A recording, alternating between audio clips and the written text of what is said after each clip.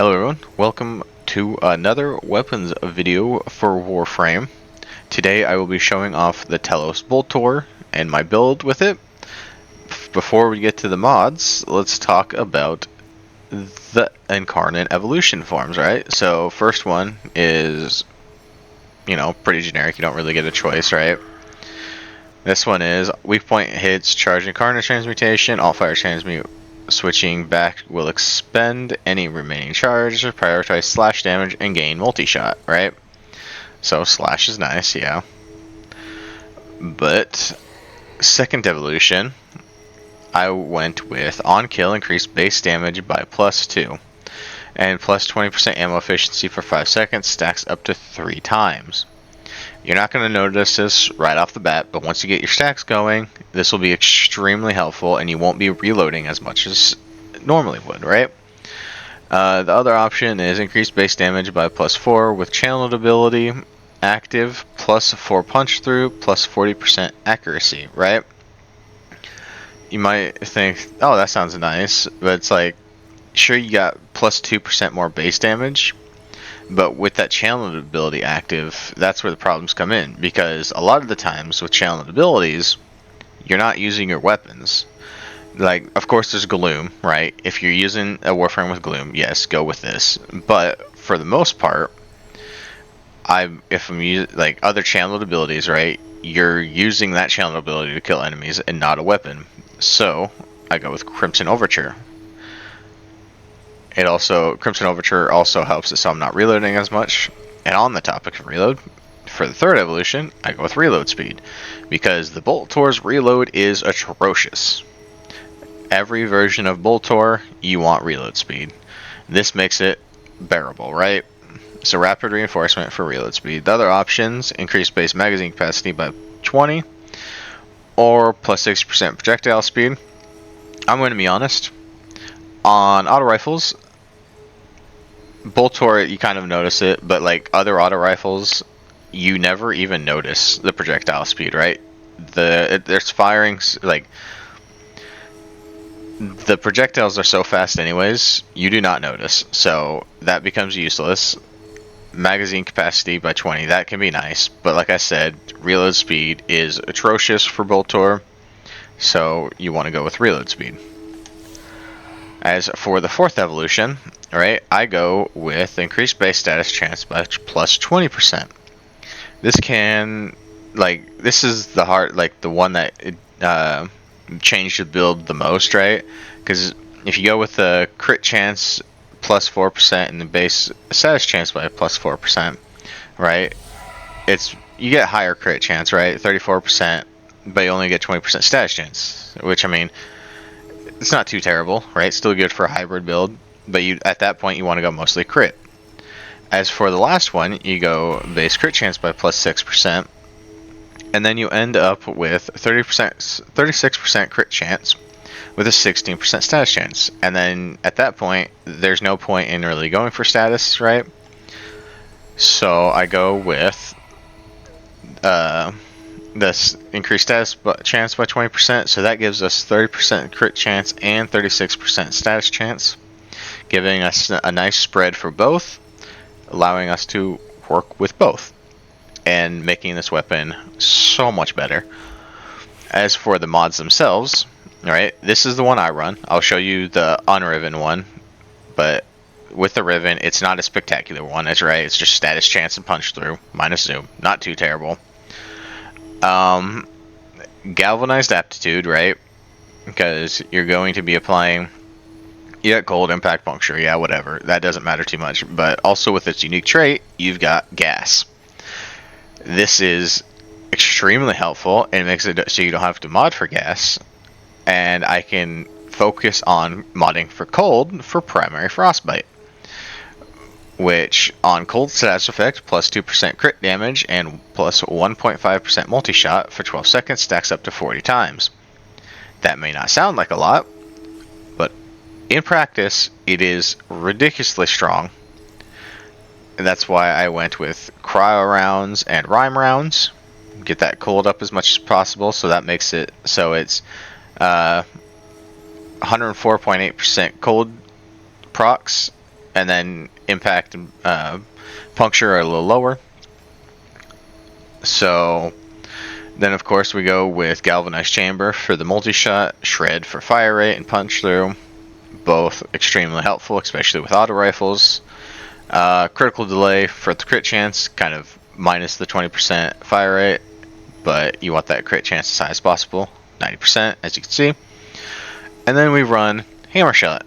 Because this is a hybrid build, we are able to run hammer shot for crit damage and status chance. Amazing mod, extremely helpful, right?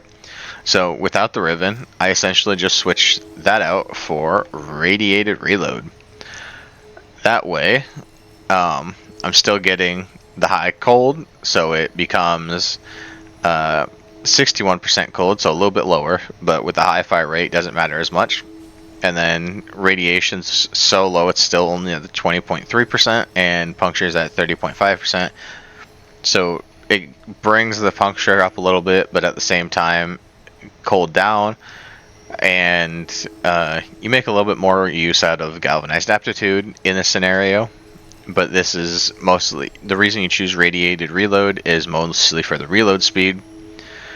So if you want to go with another one like increases status chance or something, or you don't want to run primary frostbite and you want to run like primary merciless or something, right? Or just like another one of these like primary blight or something, toxin, you can switch it out for toxin. I've just found that the cold helps, like the cold status procs help more than the toxin status procs, and I can get toxin from so many other sources like sarin or Orexia, you know. So we go with cold, and it just helps out, right? So we'll go back to this. Talking about the unique trait, you won't really see the explosion. Like, I don't know, it doesn't really do an animation or anything, right? But you notice all the gas procs. So I'm gonna go into mission and show you exactly how I run this. Alright, so we're in the mission. This is Steel Path, by the way. Now, the only buff I'll be giving the weapon is for the Nourish, which, again, if you're in public lobbies, you're gonna get a lot. So, we're gonna get that, right? And this is one of those weapons, right? It takes a little bit to get built up, but once it gets built up, it just shreds. Like I said. So here we are in another mission, right? With a little bit higher armor enemies, and as you can see, it's still activating the incarnate form. You get the incarnate form pretty quickly, right? So you don't have to really worry about it. But get shreds through the enemies pretty quickly. Get your headshots, and you get the incarnate form really quick, and it just shreds and shreds. Now, if you want, like, if you don't want to use frostbite, right? There's plenty of other options to use. Activate Nourish, that's the only buff I'm giving it from my Warframe, and it just shreds and shreds. So essentially we're giving it viral cold gas, and it melts no problem. It's not the best of weapons, but at the same time, this is Steel Path, so it's like I'm not struggling at all with it, right? So it's a good weapon. It has its strengths and its weaknesses. Change it to like primary blight and stuff if you want to go with that and run a toxin build, you know, no problem. Kind of need Nourish or Roar, you know, but you're gonna have that in public lobbies all the time, and it's like if someone else isn't giving it to you, it's usually you'll have it on at least 1 or 2 frames anyways, so it doesn't matter too much. Activate the incarnate, and then boom.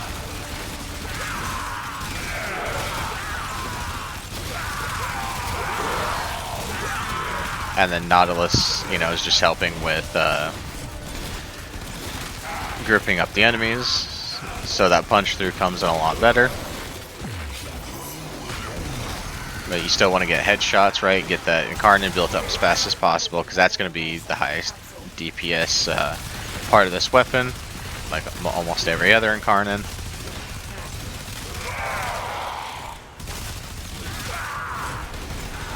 And we go out here, right? Build up Incarnon, right? Boom. One enemy, and he's dead, but you get one more shot on another enemy, switch to Incarnon, and then it's just melt all of them.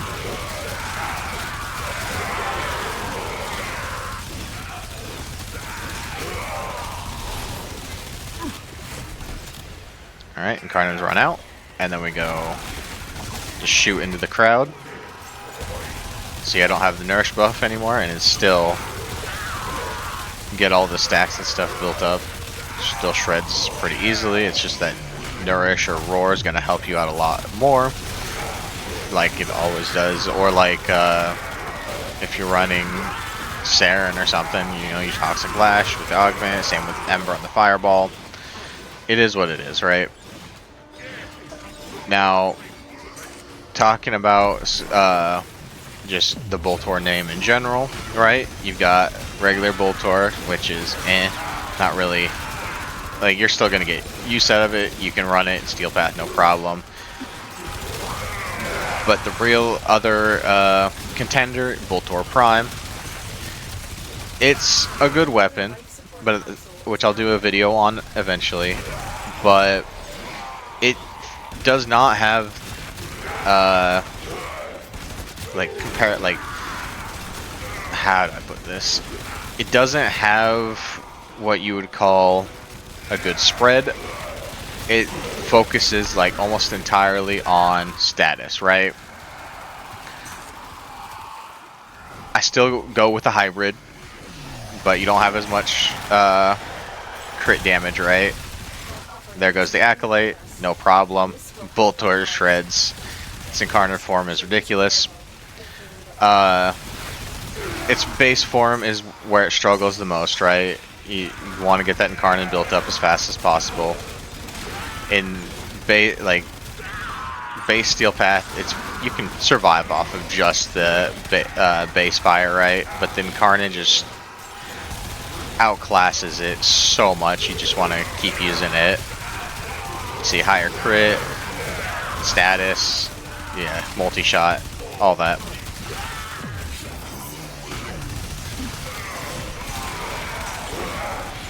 And these are gonna be like your two harder like enemies, right, to kill. Corpus isn't a threat ever. It's going to be Infested and Grenier mostly that are gonna be where you got the highest armor and the highest health. That's why I showed them off. But at the same time, this doesn't matter which way you want to go with it. This weapon is good, especially after it's Incarnate, right? Before it's Incarnate, it's pretty mediocre. You look at the stats in the menu itself, and they seem extremely low, right? But it's like, as you can see, it's dealing plenty of damage. Activate Incarnate, and then you just melt through everything, no problem. Alright, back in my orbiter here. And final thoughts and reviews, right? I will say, it may not be the highest DPS weapon, right? It may not get you like the highest damage in your group or whatever. But I will say, if you're struggling with Acolytes, right, good weapon. As you saw, shredded Acolyte, no problem. Once you switch to Incarnate form, base form, it'll struggle against Acolytes. But switch to Incarnate, you're good to go. It's a good, I guess best way to describe it, it's good workhorse weapon, right? It's not going to be the best of the best in any field. But at the same time, it's good old reliable. Now, if I want to compare this to Boltor Prime, right? We're going to go over here, preview this, right? And as you can see, its crit chance is 12%. That's not very good. 34% status is what it is. But that's before Incarnate. After Incarnate and mods, I get that crit chance up to 78%, 153%. It's, again, up to you, but if say you got the Boltor Incarnate Genesis, right, I would recommend putting it on Telos Boltor over Boltor Prime. You've got those stat differences, right? Plus, Boltor Prime doesn't have the unique trait that Telos Boltor has for that extra gas explosion, right? They're storing health is whatever. You're not going to really notice that. Same with the parkour velocity. If you're just shooting, like, you might know the parkour velocity if you're doing a run and gun style. But the health thing, it's not going to matter unless you're like struggling with low level enemies where they're not killing you immediately, right? So they do have they both have Riven Disposition of 4, not super used weapon. It's mostly newer players that use Boltor, but at the same time, over in Karnan's, it's like I said, not the most damaging one, but it is the most consistent.